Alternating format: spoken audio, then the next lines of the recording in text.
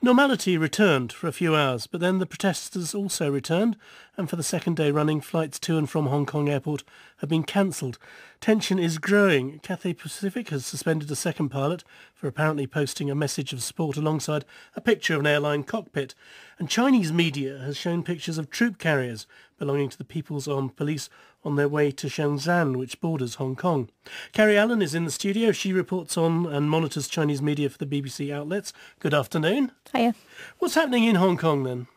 Well, in the last hour, Chinese media have confirmed that this is the second day now that flights have been cancelled at Hong Kong International Airport. So there's a lot of media reports coming out saying that mainland China is going to do more to try and divert flights and to make them go to mainland China rather than to Hong Kong because of these disruptions to people's travel. So there's a lot of focus on this at the moment in Chinese media, but protesters are still in the airport. There are still these huge scenes of people dressed in black refusing to move because they want to push forward this extra. Well, the bill's been cancelled, but they want more freedoms for Hong Kong. And you can see chaotic pictures of passengers trying to push their luggage through sitting down protesters.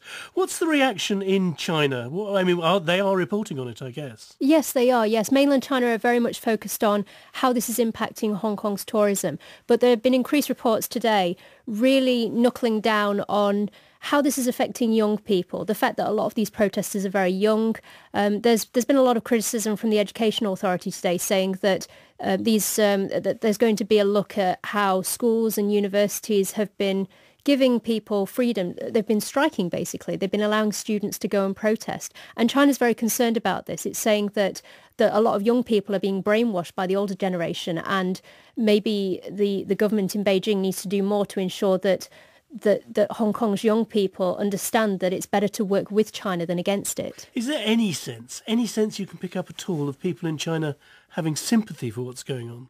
Not really, but this is because China is so tightly controlled its media environment that a lot of posts that people have been trying to get through on social media platforms like Sina Weibo, for example, that's the equivalent of Facebook or Twitter. I remember when the protests began, or they were large scale back in early June, there were lots of pictures of the large-scale protests that we saw out in the street.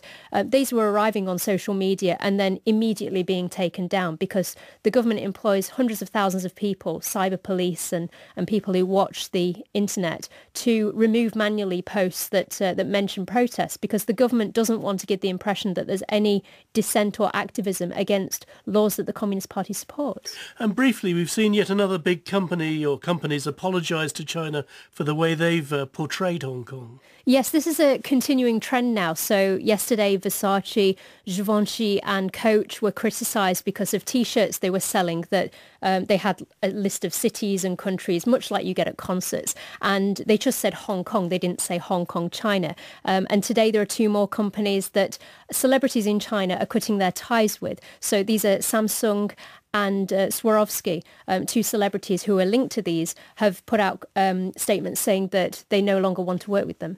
Carrie Allen, thanks very much indeed.